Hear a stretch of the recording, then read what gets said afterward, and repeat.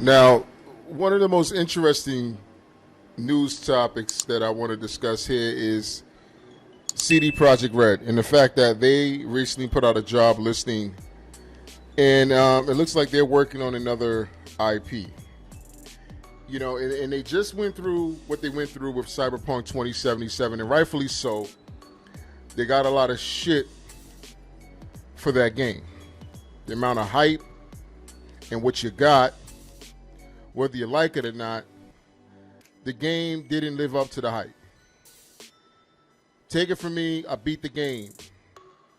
Over, I would say 130 hours into the game. Did the complete story. I want to say I did the majority of the side missions. Had several different kind of relationships. Dealt with all the glitches. And even still booted up the game time and time again to experience the game. Again, the story was a pretty decent story. I can dig it. I can get behind it. I wouldn't be surprised that that story isn't turned into a movie. And it would make for a pretty good movie. But my thing is now with the history that they have, and I'm not talking about The Witcher 3 The Wild Hunt, because let's not front and keep it real here. The Witcher 3 The Wild Hunt even had issues with it when that even came out. They patched that through. It wasn't as bad as CD Projekt Red's Cyberpunk 2077, and they're still patching that through. And we don't even know when that's going to be completely dealt with, far as correcting that game and righting the wrong and removing that horrible taste that was left in consumers' mouth. They got a lot of pre-orders, y'all, from that game. And if we're going to speak honestly and fair here, they got a lot of money before that game was even out. Upfront money. And I think it wasn't deserved. And I think gamers now, if you're smart, if you're not one of them Gen Z motherfuckers, if you're smart, you're not going to spend your money on a game that you haven't seen playing, right? You see how, what they did with Horizon Forbidden West? They showed you gameplay, what you're going to actually be doing, what the shit look like running in real engine, real time. If the developer isn't giving you any kind of experience like that, if developer isn't giving you what you saw with Ratchet and Clank a couple of weeks ago, a real deep dive into the actual game running live, don't pre-order that. And you can burn me once, you're not going to burn me twice. I don't see, to be quite honest, guys, and maybe I may be a bit pessimistic here, I don't see Cyberpunk 2077 far as them CD Projekt Red fixing everything and just smoothing that game out to the way it need to be smoothed out. How Hello Games did No Man's Sky. I don't see them supporting that game like that. They already moved on to their new IP, and I don't even know what the hell their new IP is going to be. Is it going to be The Witcher 4? Possibly, who knows? More likely than not, their next IP ain't coming out in the next 5 to 6 years. We ain't seeing that shit maybe to the middle generation of the PS5 and the Xbox Series X. So don't look forward to that game anytime soon. But my thing is, at the end of the day, do you trust CD Projekt Red? Allegedly, they're supposed to be losing money now because they got all this negative publicity. And again, as a consumer, as a gamer, I don't care. I don't feel bad. You put out inferior product. You stained, your legacy. And not that you can't right the ship, but you got to deal with this storm. You flown your plane into this storm here. And for the life of me, I just don't get why gamers and gaming companies and these large platforms come out here and try to make every excuse in the book to defend these guys and for people not to have a reason why they should have an issue with them. No, they laid their egg in the wrong nest, and now they got to deal with it. Every other company got to deal with it. Just because you love CD Projekt Red or you love a particular industry or love a particular company or game, and they come out and lay a goose egg, we can't be skeptical about their next follow-up? Oh, that's not how this works here. What kind of gamer are you? I'm consumer first. I'm not industry first. I'm not in the industry. I'm a gamer that covers gaming on YouTube. I don't get nothing shipped to me for free. And maybe if I get something shipped to me for free, maybe we can talk. But until then, I'm going to call it as I see it. I'm going to call it right down the line. And that's being 100 and honest here. Unbought opinion. Unbiased opinion. And I think that it's important that we hold these companies to the fire and we make sure we hold them accountable. I don't want to play another half completed game that feels like it needed another 2 years to be completed. And then you rush and you put it out and you say it's a done game. You wouldn't put it out if it wasn't ready. I don't believe any company that says that. Sorry.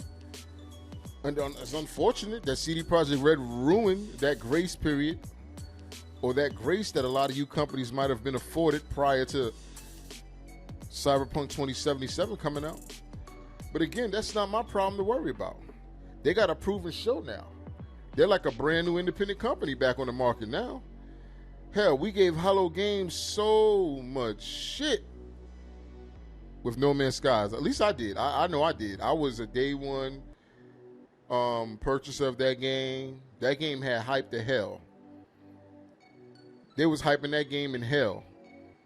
And I was hyping it too. Everything they were saying you're going to do in that game, I was like, yeah, buddy, this is going to be the game for me. Same thing with Destiny. They gave Bungie hell when Destiny first came out. And I bought that too. Actually, I remember I bought a copy for myself. And I also bought a copy for another YouTuber that was a friend of mine. And, you know, he didn't have the resources to get it. And I bought myself a copy and I bought him a copy. And I also was playing the demo up until that point. And then I got that bad boy home, booted it up, put it in, loaded it up, started the game out. That shit started off just how the demo started off. I said, ain't this a bitch? I said, y'all basically had us playing the game in the goddamn demo mode, and we just didn't even know it. So I'll be damned if I sit here and give a company that burned me once already some pre-ordered dollars, some pre-ordered money that I had to work hard for, and then when I give them the money, they give me a product that's half done, and then tell me just hold on, you know, I'll fix it in a couple of months. That's like you going to McDonald's, ordering you a double cheeseburger with pickles and cheese, and you get the burger, it has no pickles, it has no cheese, and they're like, yo, just park in the front. We'll come out with the cheese and we'll come out with the pickles in a second.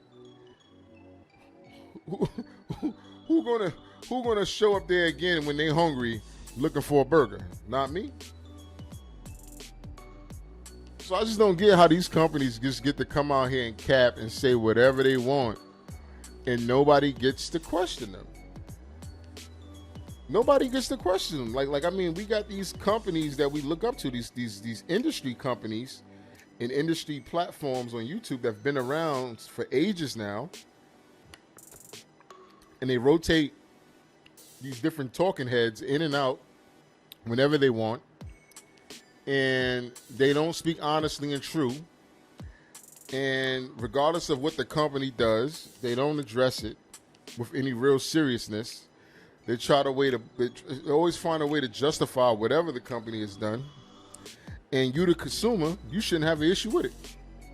It's the same issue that I have with these type of companies saying, well, you shouldn't have an issue with Sony games, or at least a couple of their single-player story games now being able to be played on PC. Like, you shouldn't feel that those games should be exclusive to the Sony platform. Like, you didn't invest your goddamn money, your time and effort to earning that money at your job, then going to buy the console to support that platform, buying the games for it, only to find out you allowing that game to be played on another platform by other people who have not contributed into that ecosystem as much as you have. That don't make no sense to me. That don't make no sense to me, not one bit. But people really expect you to do that. And I just cannot get behind that. I just don't respect it. But a lot of people want to be a part of the industry, want to be in the in crowd, Want to be an influencer. And I understand, sometimes you got to take one for the team. Sometimes you got to just roll with the punches. And I can't roll with the punches. That's the problem with me. I'm always one that's going to speak up and tell you how it is and tell you the truth. Old games still being played on new consoles. How does that work, Sway? Somebody got to make that work for me still. Are we content with that? Are we going to content with the lies that we continuously hear from Sony as it continuously lies to its fans about generations? Like Ratchet and Clank is supposed to hold us over? Like, come on, guys. I mean, it's just getting to the point where, whether it's a timed exclusive, whether it's an exclusive, if it's on the platform, it should remain on the platform, period. That's just how I personally feel. I don't want to hear any goddamn PS4, PS5 differences and comparisons to next-gen games.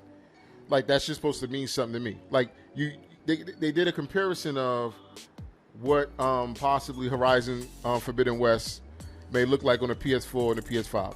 So what is that supposed to do for somebody that got a PS5 and what that's supposed to do for somebody that got a PS4? You can't tell the difference on YouTube what the differences really are. The frames per second, the quality. You got to see that shit on a 4K rendered TV that can support 60 frames per second. So in all reality, we're never going to really see the full potential of these games on a goddamn tablet, on a phone, and especially on YouTube because it compresses everything. So you're not really actually seeing anything until you go home and play it yourself. And I think at the end of the day, man, we just got to move away from what doesn't matter and move towards what matters. What matters is the game. What matters is that the consumers are content. What matters is that these developers and companies deliver on what they promise. Period. Nothing less. Don't accept anything less. You don't have to accept anything less. Whatever they say they're going to do, hold them accountable to doing this shit. And if they don't do it, call them out on it. Period, like that. You don't got to go in the DMs and disrespect them and tell them you wish they get raped or beaten or slaughtered or killed. You don't got to do any of that. Just do what I just told you to do. Hold them accountable, and if they don't perform, get your refund back, and just don't support the company anymore. They'll straighten up and they'll fly right once you start giving your money to a company that gives a damn. That's just how it works. And I wish more people thought like that.